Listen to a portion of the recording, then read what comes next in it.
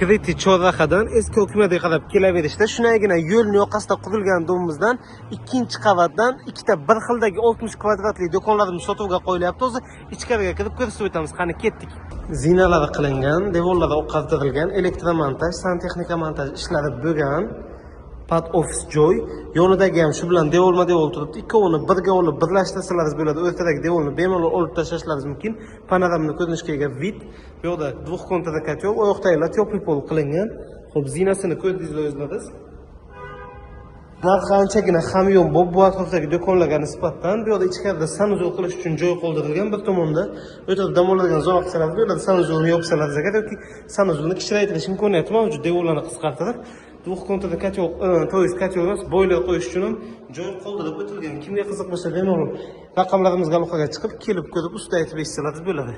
Turgan joyimiz shunagina Saxirni больницаning orqa tomoni, ko'chalari asfalt qilingan, o'zini parkovka joylari bo'lgan klinikamiz ijaraga berilyapti. Klinikamizning umumiy maydoni 300 kvadratdan oshadi.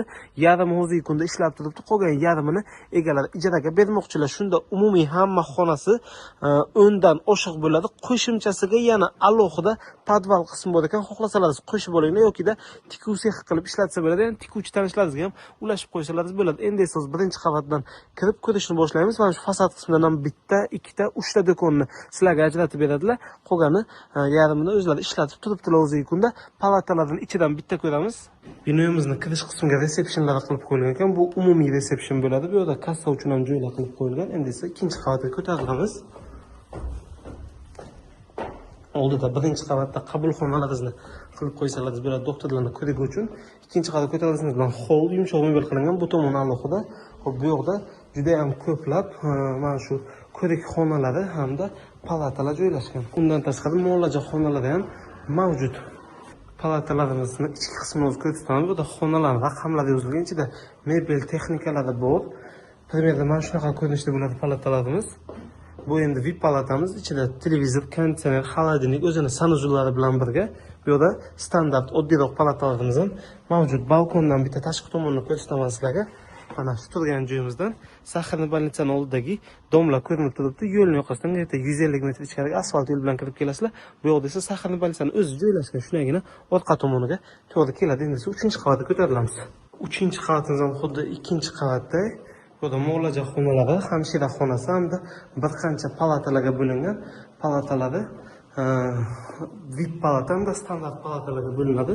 Koridorda o'pish qilib konditsioner qo'yilgan. Bu yerda xonamiz ichida yotoqlari, xolodilnik, televizor, konditsioner, shkoflar hamda ichida o'zini sanuzor xonalari bilan birga. Kimga qiziq bo'lsa, agar egasining raqamlari hamda lokatsiyasini qoldirib o'tamiz, bemalol aloqaga chiqib, kelib ko'rib, ustida aytib eshitsangiz bo'ladi. O'ndan ortiq xona umumiy ijaraga beriladi. Qo'shimchasiga pastdagi do'konlari bilan birga, ya'ni pastdagi oldi shishalik ko'rik xonalari bilan birga bo'ladi. Kogon shahar markazi temir yo'lni bosh ofisi, ya'ni bosh idorasi oldida joylashgan. Umumiy maydoni hujjatda 6 sotix keltirilgan, lekin undan ko'ra anchagina katta chiqadigan joyimiz sotuvga qo'yilyapti. Fasad qismi 20 metrni, uzunasiga 30 metrni tashkil etadi deyaptilar. Yana o'lchab ko'rib olasizlar. Undan kattaroq ham chiqishi mumkin ekan. Oldida ham anchagina katta parkovka uchun joylari bor. Katta plashatka. Shu yerda parkovkasiga ajratilgan oldida alohida darvozaxona qismlariga ega. Bu joyimiz tayyor ishlab turgan avtoshkola, ya'ni avtomaktabmi shunaqa любой xildagi prava olish uchun mo'ljallangan xonalari bor. B, C, A hammasini olsa bo'ladi dedilar. Yo'q, tashqarida bitta hojatxona, 1, 2, 3, 4 ta mashina, даже 5 ta mashina uchun garajli qismlari ham bor. Tepalari yopilgan holatda, o'rtada kattagina yer maydoni, gaz, svet, suvdan muammolari yo'q. Hozir sizlarga bitta sinf xonalarini ham ko'rsatib chiqaman. Sinf xonalariga e'tibor beringlar. Devorlarimiz to'liq plakatlar bilan jihozlangan. O'sha standart bo'yicha kerakli hamma narsalar mana bunaqa ko'rinishdagi alohida jihozlar ham tashkil etib qo'yilgan. Dars o'tish uchun proyektorlar hamda mana bunaqa ko'rinishdagi narsalar tashkil etilgan holatda konditsionerlar bor, kameralar bilan jihozlangan. Kelishib bilsak, hamma jihozlari bilan birga beramiz deyaptilar. Sinf xonalarida hammasida to'liq kameralari bor. Sinf xonalarimiz 24 kishilik.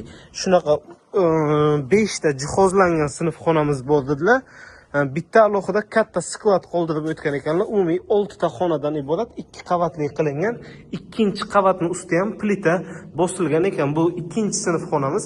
Bu yoqda ham hamma sharoitlari qilingan holatda turibdi. Kameralari, konditsionerlari mavjud. Bu yoqda mashina uchun kerakli bo'lgan narsalar ham qoldirib o'tilgan. Xo'sh, C kategoriya oladigan yuk mashina haydaydiganlar uchun ham o'quv qo'llanmasi xonasi mavjud. Ichida stol stullari bor, kerak bo'lsa beramiz deyaptilar. Bu yerda ham printerlari, kameralari, hamma sharoitlari qilingan. Mana bunaqa haydovchilarga ko'nikma berish uchun zamonaviy mana bunaqa texnologiya ham keltirib qo'ygan ekanlar. Bu yerda elektronni mashina haydashni o'rgansa bo'ladi. Bu yerda qolgan o'sha yuk mashinalarining ehtiyot qismlari bir boshdan joylashtirib chiqilgan holatda turibdi. Davom etamiz. 3 ta xonamizni ko'rdik. Tepada yana 3 ta xonasi bor. Alohida o'zining issiqlik tizimi uchun kachol xonalari ham tashkil etib qo'yilgan ekan. Bu yoqda elektrdan boshqaruv tizimi bo'lgan.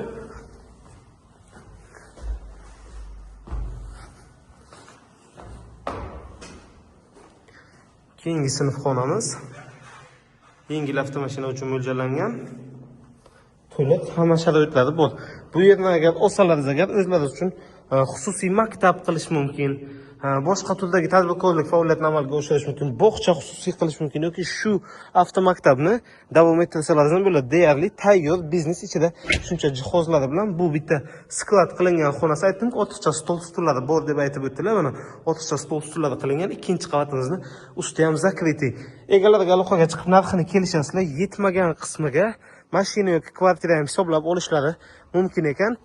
Kogondan tayyor joy izlayotgan biznes qilish uchun qidirib yurganlar bo'lsa agar videomizni ulashib qo'yinglar, manfaatli bo'ladi.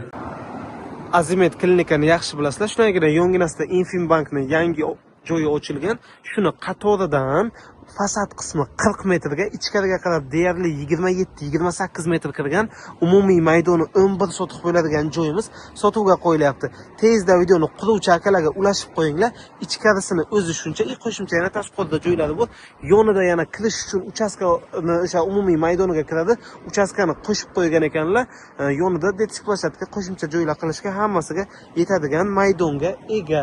Oldida ko'rib turibsizlar, to'liq domla bo'lib kelyapti. Buxoro Cityga bir qadam shunagina shu yerdan turib Fathobod masjidi, ya'ni Shayxulloh masjidi ham ko'rinib turadigan joyda turibmiz. Oldida ham domla qurilyapti. Xo'p, quruvchi tadbirkor akalar bo'lsa agar zo'r imkoniyat, bu ichki qismi kirish boshlanish joyi. Ichkariga kirgandan keyin bu tomonda yana qo'shimcha joylari bo'lib ketgan. Ichkarida sexlari, bu yoqda yonida yana qo'shimcha joylar. Tashqaridagi mana 2 qavatli bino ham shularga qarashli.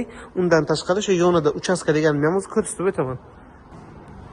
Bu territoriyada gaz, svet, suv, kanalizatsiya umuman muammolari yo'q. Bu oldi qismi binosi. Umuman olganda klinika qurasizlarmi, mehmonxona qurasizlarmi, dom kvartiralar qilasizlarmi, любой narsaga to'g'ri kelaveradi. Bu do'kon ham shu joyga qarashli. Undan tashqari bu yoqda uchastkalari, kiraverish joyi. Kirganda mana bunaqasiga ichkariga qarab kattagina joy ketgan.